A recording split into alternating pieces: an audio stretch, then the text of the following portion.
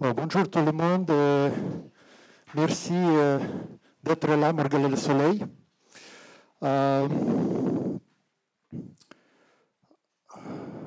Mon choix vestimentaire n'a rien à voir avec le sujet de la présentation. C'est tout simplement parce qu'il fait chaud dehors. Quand il fait chaud, on n'a pas de choix. Donc, un grand merci aux organisateurs de me donner cette occasion d'ouvrir la session d'aujourd'hui avec la présentation sur la linguistique africaine. On va commencer par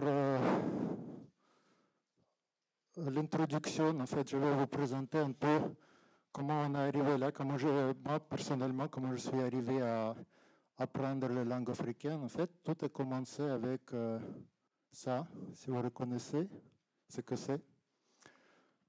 La pochette de CD, la musique du monde. Donc, je dirais que c'est une source actuellement la plus accessible sur la langue africaine, en fait, accessible au grand public. Tout simplement parce que la musique du monde est partout. En fait, la musique africaine, elle représente une grande partie de la musique du monde. Et si vous voulez comparer avec la musique d'autres continents, ici, la musique contemporaine, la musique pop, en fait, elle est classée comme la musique du monde. Alors que pour d'autres continents, si vous rendez dans les magasins de disques qui ne sont pas encore fermés, en fait, qui existent encore, vous voyez que, par exemple, la musique asiatique, il y en a beaucoup qui représentent la musique traditionnelle, la musique instrumentale, mais il n'y a pas de paroles de chansons, en fait, proprement dit, imprimées en fait, dans la langue asiatique. Alors que pour la musique africaine, ce n'est pas le cas. On peut trouver un peu partout, là, ici, quelques exemples de paroles sur les paroles de chansons en Wolof, en Amharique, puis de langue camerounaise, puis en Zoulou. Donc ça, pour moi, c'était ça. Et mon premier emploi, c'était justement dans le supermarché, dans le rayon des CD, la musique du monde. Donc ça, à l'époque, j'étais dans l'école secondaire, donc on a eu l'occasion de lire, de suivre les paroles des chansons. Donc ça m'a ouvert la porte pour en savoir plus. Et donc je passais, en fait, j'avais en même temps une formation d'ingénieur. J'avais un diplôme d'ingénieur et l'autre partie, en fait, les études, ce qu'on dit mineures, c'était les études minoritaires, c'était sur la linguistique africaine, en fait, les études africaines. Et donc, ce que ça représente, en fait, il y a 4 groupes de langues en Afrique, 4 grands groupes. Je fais ici, il y a 2 cartes, une carte plus détaillée, en fait, qui sépare le groupe le plus grand, c'est le groupe Niger-Congo, Niger-Congo de Bantou. Et en fait, on va voir aussi dans la statistique ce grand groupe, ces 4 groupes, et surtout le groupe le plus grand, Niger-Congo, Niger-Congo ici, qui représente un seul groupe. Il n'existe qu'en Afrique, alors que par exemple le groupe afro-asiatique présenté ici inclut la langue arabe qui est souvent considérée comme la langue la plus parlée en Afrique, bien que ce n'est pas vraiment une langue africaine. Donc la langue la plus parlée en Afrique est le swahili qui appartient au groupe Niger-Congo qu'on parle ici. Sur son importance, je vais en parler plus tard. Donc pour les caractéristiques de la linguistique africaine, en fait, le plus grand problème avec ces sujets qui est très peu exploité, c'est qu'il il existe l'écriture africaine, en fait, propre à l'Afrique, qui était développée pour la plupart au cours du 19e siècle, mais après, avec l'invasion, en fait, l'influence coloniale, toutes ces langues africaines, originalement africaines, elles étaient remplacées par les langues coloniales, les langues surtout anglais, français et portugais. Et donc ici, je cité deux auteurs d'ouvrages scientifiques en fait, qui traitent cette problématique de langue africaine. Je ne vais pas les lire ici. Mais... Donc en fait, les questions ici, c'est qu'il y a en fait, c'était une grande tragédie pour le continent parce que en fait, l'Afrique, elle était exclue de l'histoire des civilisations parce qu'il était jugé de ne pas avoir eu sa propre littérature imprimée dans la langue africaine. Donc, ce n'était pas le cas. On peut voir aussi que, en fait, logiquement, parce qu'en fait, les premières écritures datent de 5000 années avant cette ère. Ce sont des hiéroglyphes égyptiens. Donc, en fait, ils sont apparus aussi sur le continent africain. Et puis, il y en a d'autres, par exemple, la famille Mandé, il y en a beaucoup qui étaient, à l'époque, qui ont eu le ressort à l'écriture proprement africaine avant qu'il ne soit remplacé par l'alphabet latin. Donc, voici pour quelques caractéristiques, juste à donner un aperçu de ce qu'il y a en fait, ce qui se passe en Afrique, parce que c'est un sujet très peu développé. Il y a plus de 2000 langues. Sur la dernière fois que j'ai consulté un ethnologue qui donne ce chiffre de 7111 langues du monde. Donc en Afrique, on parle presque un quart de toutes les langues qui existent dans le monde. Voici la répartition entre les 4 grandes familles de langues. Mais il y a aussi un taux d'extinction le plus élevé parmi toutes les langues. Donc il y a beaucoup de langues en Afrique qui peuvent être extinctes. Et donc pour l'importance historique, la connaissance, pourquoi c'est important en fait? L'importance se trouve dans le fait que grâce à la connaissance des langues africaines, on permet d'avoir l'accès à l'histoire de l'Afrique, aux migrations, à la formation de langues créoles, à la contribution et l'influence des colonisateurs sur la vie en Afrique, en fait, sur son histoire contemporaine, expliquer quelques aspects de la religion, de croyances, de la sexualité. Et en fait, comme l'Afrique est la terre des polyglottes parce qu'il y a très peu de gens qui parlent leur langue nationale. C'est tout simplement parce qu'on ne peut pas dire que ce sont des langues nationales parce qu'ils transgressent les frontières, comme ce sont des frontières établies par les empires coloniaux. Et en général, les Africains ils parlent des langues de leurs ethnies. Donc, a priori, ce sont des langues qui sont internationales parce qu'ils existent dans quelques pays voisins. Et donc, il y a effectivement peu de langues nationales. Il y a beaucoup de pidgin, il y a des argots, des dialectes, mais peu de créole. Vous savez la différence entre le créole et le pidgin. Le créole, c'est une langue qui peut être langue maternelle, alors que le pidgin, en fait, il ne peut pas être considéré comme une langue maternelle. En fait. Donc, le créole, il passe par cette étape de devenir pidgin. Ensuite, une autre génération, il le transforme en créole. Et ici, je vais pas trop vite. Je vais payer plus d'attention aux aspects phonétiques parce qu'il est en fait c'est quelque chose qui n'a pas d'équivalent dans le reste du monde.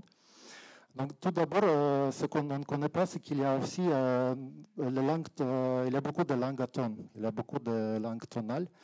Et donc les deux langues africaines que je parle moi-même, ce sont des langues qui n'utilisent pas le ton. Donc j'avais souvent cette impression depuis le début qu'en fait en Afrique, le ton, c'est pas comme en Chine, c'est pas comme en Thaïlande par exemple, c'est pas comme en Asie.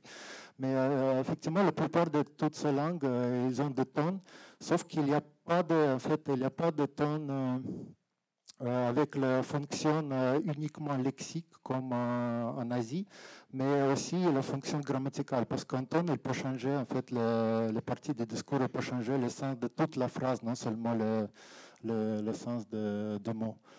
Je vais vous donner quelques exemples, mais un peu plus tard, en fait, il y a un exemple, peut-être maintenant, comme par exemple cette langue parlée au Congo, qui s'appelle l'Adi.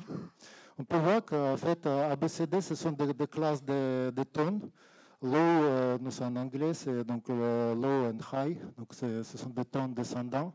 Ce sont des sons qui montent, sons qui descendent. Donc, ici, on peut voir que comment, en fait, la place dans la phrase, qu'il soit une citation, qu'il soit utilisé ailleurs dans la phrase, peut changer le sens du mot à cause de ton utilisé. Pour vous donner un exemple en fait, de cet ton, si vous êtes, je ne sais pas si vous êtes déjà eu vous avez l'occasion de descendre dans le métro de Montréal.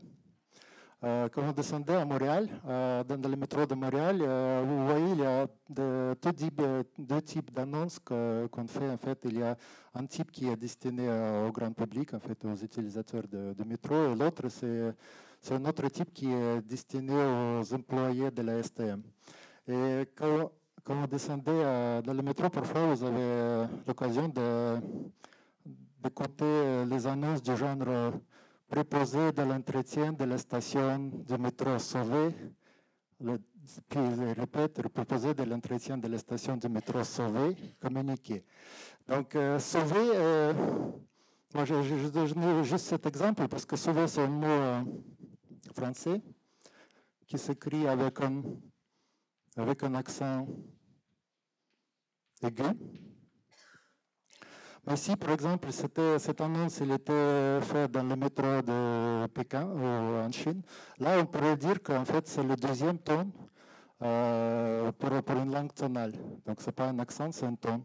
Et la première fois, quand elle prononce sauver, en fait, quand elle dit sauver, elle est préposée de l'entretien de la station sauver.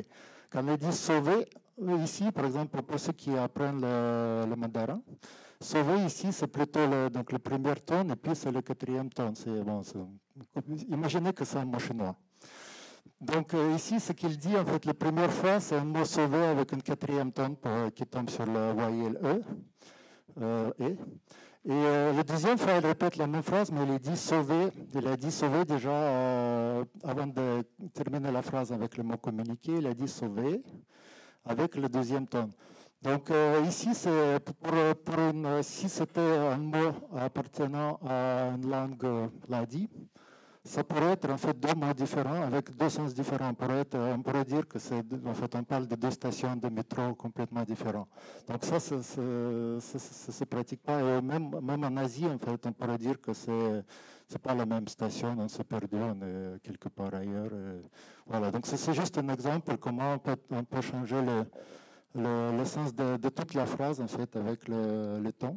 Et c'est important, c'était unique parce que en fait pour ces mots, pour ces langues, c'est quelque chose qu'on utilise presque partout, mais heureusement pas pour la langue la plus importante en Afrique. Donc il y a aussi d'autres phénomènes qui existent. Par exemple, vous allez à une autre conférence cet après-midi sur la langue Xhosa. Donc c'est une langue d'Aklik, c'est une langue qui appartient à la famille la plus petite, la famille Khoisan, qui se trouve en Afrique australe, Afrique du Sud.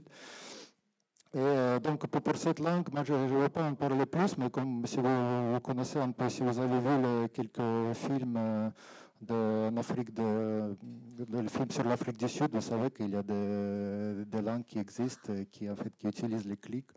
Et parfois, ces clics, le nombre de clics, il dépasse le nombre de consonnes dans ces langues.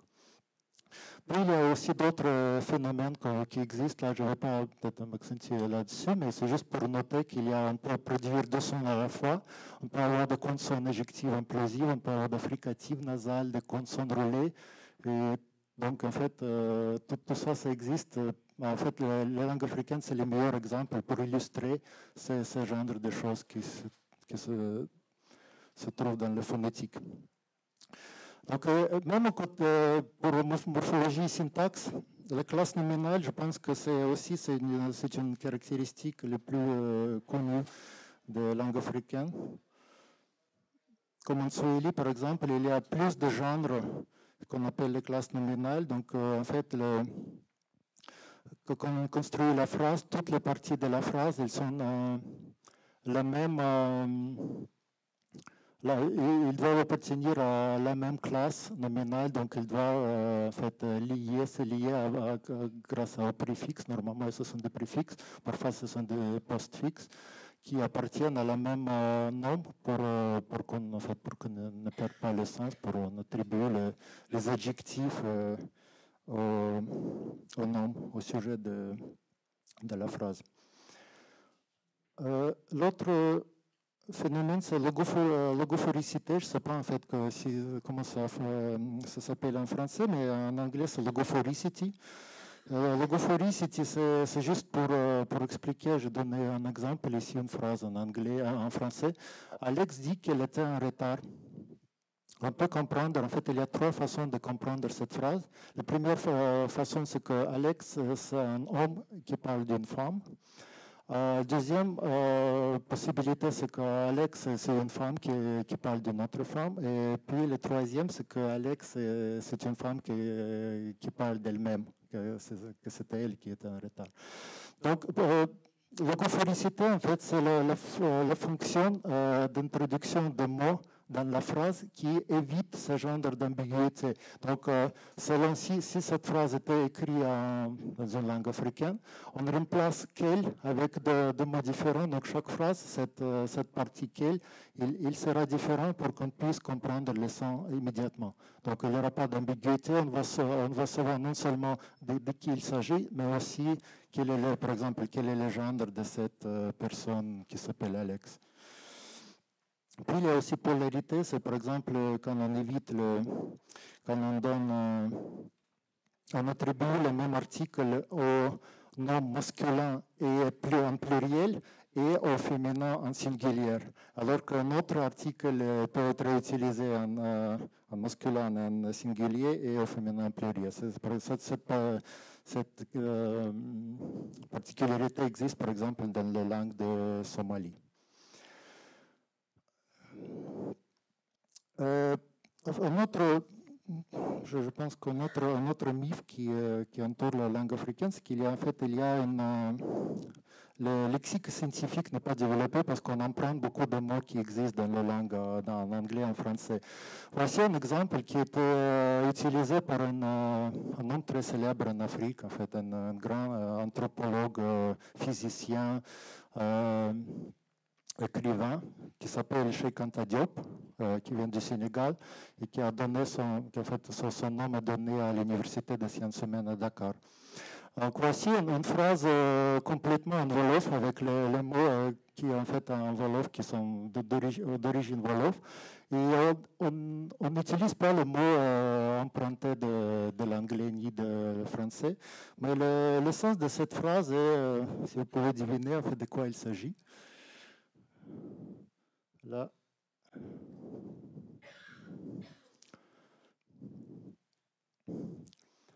Donc, cette phrase, en fait, elle est complètement compréhensible, mais il y a très peu de gens, en fait, qui connaissent le contexte, qui peuvent, en fait, articuler, qui peuvent s'exprimer, en fait, pour, en fait, avoir le recours à ces termes en Wolof, parce qu'en fait, parfois, si quand tout le matériel est accessible en français, on utilise en fait le mot français pour expliquer. Pour le grand public, c'est compréhensible. Mais en fait, c'est juste pour vous montrer que c'est complètement possible de soutenir des thèses scientifiques en langue africaine, donc ils sont tout à fait indépendants et peuvent utiliser le propre vocabulaire pour nommer des choses. Il y a d'autres exemples pour d'autres termes, en thermodynamique, en mathématiques, en géométrie, si vous voulez. Donc, quelques défis, en fait, je vais vous expliquer un peu ce qui se passe, en fait, maintenant, quels sont les problèmes de langue africaine. Donc, le premier, c'est que les recherches qui existent aux États-Unis C'est une recherche purement théorique. Il est mieux financé, mais par contre, il est très peu pratique. En Europe, il est plus pratique, il y a plus de financement en Europe. Mais actuellement, en fait, les pays qui mettent plus de qui finance, je dis finance, peut-être c'est pas aussi les questions de financement, mais qui attribue plus d'attention à l'apprentissage de la langue africaine, c'est la Chine. Donc c'est l'échange, en fait, c'est la Chine-Afrique, c'est qu'il y a aussi 46 écoles de Confucius établies en Afrique. Et par exemple, si on parle de l'Institut de langue de langue asiatique africaine à Pékin, qui s'appelle, en fait, on le connaît sous le nom de BY, Bay de Beijing, Y Goren. Le doyen, il a dit qu'en fait, la Chine, pour la Chine, c'est plus important d'enseigner la langue africaine parce qu'on ne va pas utiliser on va avoir une connexion directe avec les gens en Afrique qui parlent leur propre langue. Donc, on va en fait écarter l'influence des colons, des anciens colons, donc écarter l'influence de l'Europe. Donc, on va faire cette manœuvre, donc on va réussir de cette façon. En fait, pendant les 2 dernières décennies, ça marche et ça donne aussi de fruits. Deuxième chose, c'est qu'en fait, très souvent, quand même les Africains eux-mêmes, ils disent mais pourquoi apprendre la langue africaine si on peut s'exprimer en français, en anglais? Il y a toujours cette corrélation entre la littérature et les publications qui sont disponibles et la demande en enseignants et les écoles, parce qu'en fait, pour former les écoles, il faut des livres, mais s'il n'y a pas assez de littérature à utiliser, donc on continue à utiliser la littérature en anglais et en français, donc on arrive ça devient un cycle vicieux. Donc c'est aussi un défi et il faut parfois mettre quelque chose de plus pour expliquer que en fait, les langues africaines sont bien vivantes et il y a beaucoup de choses qui se passent grâce à l'accès aux nouvelles technologies parce que maintenant, même les jeunes, chacun il a un smartphone, ils peuvent texter en utilisant ses propres langues. On n'a pas besoin d'anglais et en français pour s'exprimer et pour communiquer. Le troisième, le manque d'adaptation, de localisation, c'est ce que j'ai expliqué tout à l'heure. En fait, vous pouvez voir que comme il y a des langues qui utilisent leur propre caractère, il y a aussi un clavier qui a été développé, par exemple, pour la langue du Nigeria. Si vous tapez Konyin, le numéro 3, konyin.com, vous pouvez avoir l'accès, en fait, vous pouvez voir comment ça marche, le clavier qui a été développé pour la langue du Nigeria. Le quatrième point, c'est que pour moi, il est très, très important aussi, en fait, qui est lié aussi au point numéro 1, c'est qu'il y a une très faible présence dans le milieu de la coopération internationale. Ici même à Montréal, il y a beaucoup d'organismes de coopération internationale qui n'exigent pas la maîtrise des langues africaines, on les apprend sur place, mais beaucoup de coopérants volontaires qui vont en Afrique, en fait, ils apprennent juste un petit peu, alors qu'ils travaillent dans les secteurs comme l'agriculture, comme l'industrie, dans lequel on a besoin de la compréhension des termes.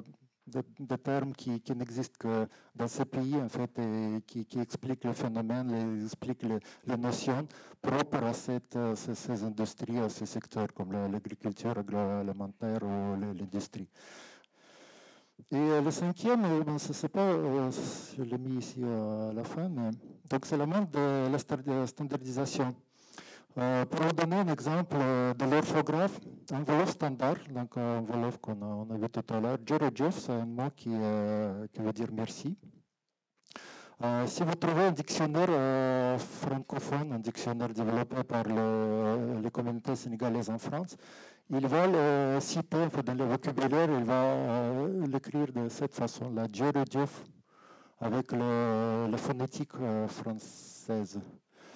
Et pour les anglophones en Gambie, il y a un autre que j'ai vu même ici à Montréal qui utilise un autre mot qui était en fait, il était écrit comme ça, Jërëjëf. Donc c'est le même mot, mais il est écrit de façon très différente. Donc c'est pour ça que si vous, par exemple, si vous choisissez une langue dont l'orthographe n'est pas standardisée, il faut commencer par utiliser le bon matériel. Donc c'est un livre, si vous voyez que ça correspond, vous faites une recherche, si ça correspond à l'écriture standard, vous l'achetez, vous le téléchargez. Si vous voyez quelque chose comme ça, qui ne correspond pas, si vous voyez dans le magasin, ben, sortez en courant. Parce que ça va même si ça peut, en fait, ça peut aller quand vous voyagez en Afrique, mais ce ne sera pas un bon outil à long terme. Quelques mots sur l'importance de Swahili. Je ne vais pas peut-être citer trop, mais c'est une langue la plus parlée en Afrique parmi toutes les langues proprement africaines. C'est une langue aussi très facile à apprendre parce qu'elle utilise l'alphabet latin. La langue africaine la plus parlée en Afrique, avec plus de 98 millions. Puis c'est aussi la langue officielle de l'Union africaine, avec un potentiel de devenir langue officielle pour les Nations Unies, parce qu'un des 4 sièges des Nations Unies se trouve à Nairobi, au Kenya. Un vocabulaire enrichi, puis c'est aussi grâce à ça que la technologie, en fait, était bien adaptée pour utiliser cette langue qui n'a pas de ton, pas de clic. Et finalement, c'est une nouvelle très récente, donc c'est même pas une semaine, c'est qu'il y a 6 jours que 16 pays au sommet de la communauté de développement de l'Afrique australe, ils ont adapté le Swahili comme une des langues, la 4e langue de travail après l'anglais, français et le portugais. Pour terminer, ce que je vais faire ici, on a 2 microphones. On a combien de minutes? Est-ce qu'on a environ 10 minutes qui restent? OK. Donc, avant de passer à la session de questions et réponses, je vais proposer un petit jeu, en fait, pour tester vos capacités de parler une langue africaine, surtout le Swahili. Donc, voici des paroles de chansons de hip-hop, en fait, qui étaient très connues en Tanzanie l'année 2000 et qui a été écrites par une personne qui s'appelle, son vrai nom c'est Joseph Hawley, il est connu sous le nom Professor Jay. Et actuellement, il fait toujours du rap, il fait toujours du hip-hop, mais en 2015, il était élu au Parlement tanzanien, donc il devient aussi un homme politique. Et donc, le refrain, c'est juste un exemple. Là, je peux citer comment ça marche, mais en fait, d'abord, si les sons me permettent, je vais voir juste quelques. On peut suivre les paroles.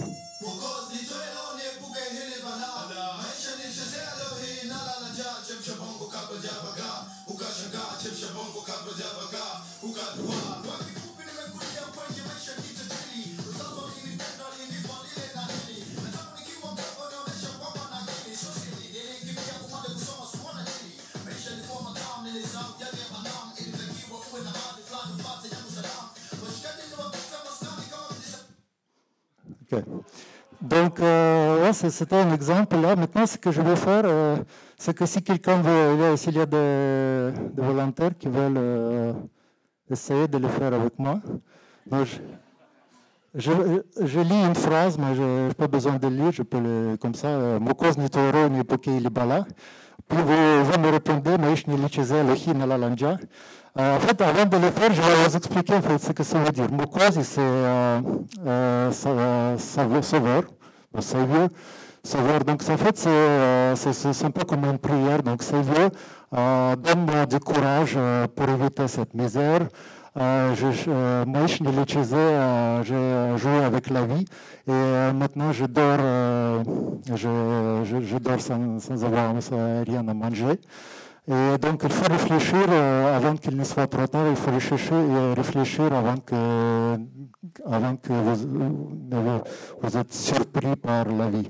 Donc, en fait, c'est un peu comme un cri il faut toujours réfléchir. Tchemcha bongo, ça veut dire casse-tête, mais tchemcha, c'est un verbe qui veut dire bouillir, et bongo, ça veut dire cerveau. Donc, c'est comme bouillir cerveau, c'est la même chose que le casse-tête. Et donc là, il faut réfléchir, réfléchissez avant qu'il ne soit trop tard. Donc maintenant, comme si vous comprenez, en fait, vous pouvez impressionner vos amis de l'Afrique de l'Est avec ces paroles. Donc s'il y a quelqu'un qui veut essayer, s'il y a un microphone qui fonctionne, vous pouvez juste qui veut, en fait, s'il y a des volontaires, s'il y a des rappeurs qui, en fait, avec des ambitions. Personne?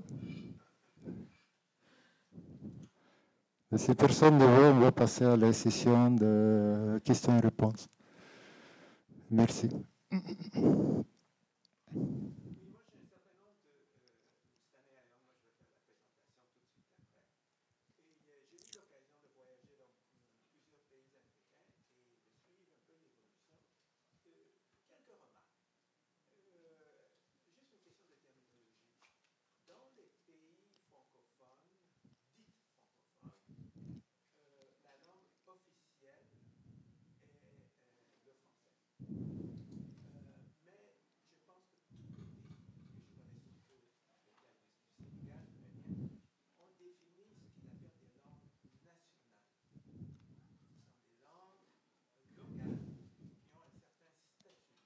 Oui.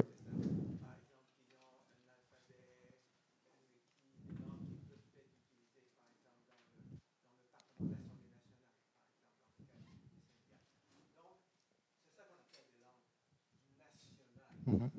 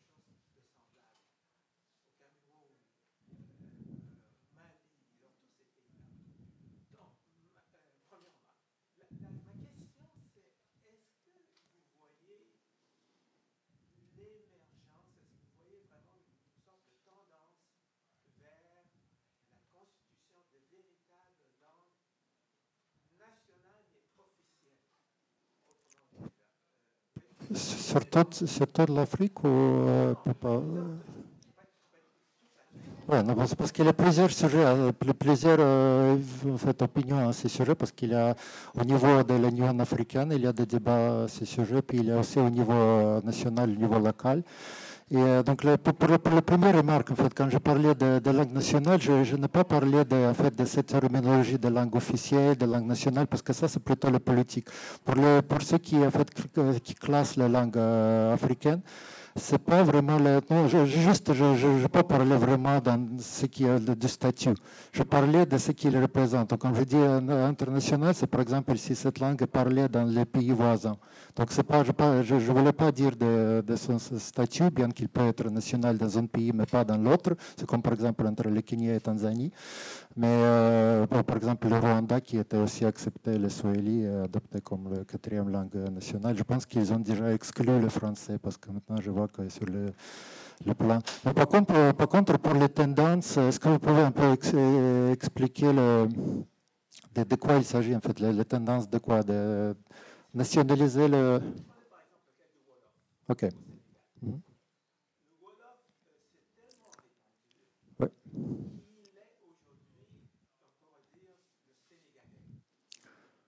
Oui, dans le Sénégal, la langue nationale, c'est français, mais 80%, oui, la langue officielle, oui. Oui, de 6, 8 peut-être, non? C'est pas 8? 6, OK. OK. Ouais.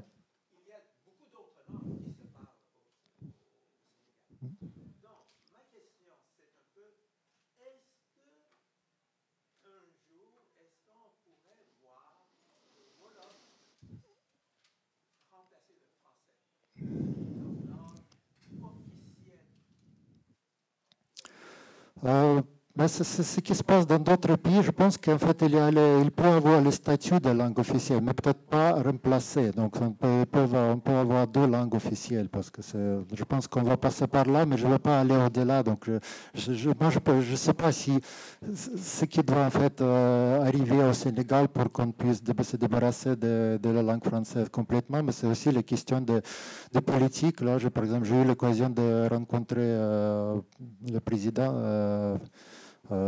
Macky Sall ici au sommet de Vivre Ensemble il y a 3 ans déjà, il y a 2 ans. Mais on n'a pas parlé du statut de langue, mais en gros, c'est quelque chose qui se passe en fait, parce que le Wolof, lui aussi, il est comme Wolof, maintenant, il y a beaucoup de choses qui se passent avec le Wolof, parce que même l'Académie de Wolof qui était créée en fait par les étudiants, très ambitieux qui veulent en fait standardiser l'orthographe, parce qu'en fait on ne peut pas avoir attribuer un statut officiel à la langue qui n'est pas standardisé, bien qu'il était standardisé dans l'année 74, mais il n'existe toujours pas en fait. Tout le monde l'écrit à la façon francisée. Donc dès que ce soit fait, enfin, on va déjà parler, mais c'est un travail à faire. Ouais. D'autres questions? Ouais.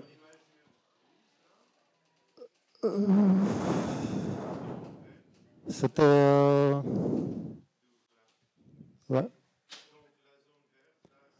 Oui, c'est la zone, c'est le territoire où on parle swahili comme lingua franca, donc c'est pas vraiment une langue qui est propre au peuple, mais en fait, ils le savent parler parce qu'en fait, ça vient de la Tanzanie. En fait, l'origine de cette langue, il est ici, le Zanzibar, ce qui est là.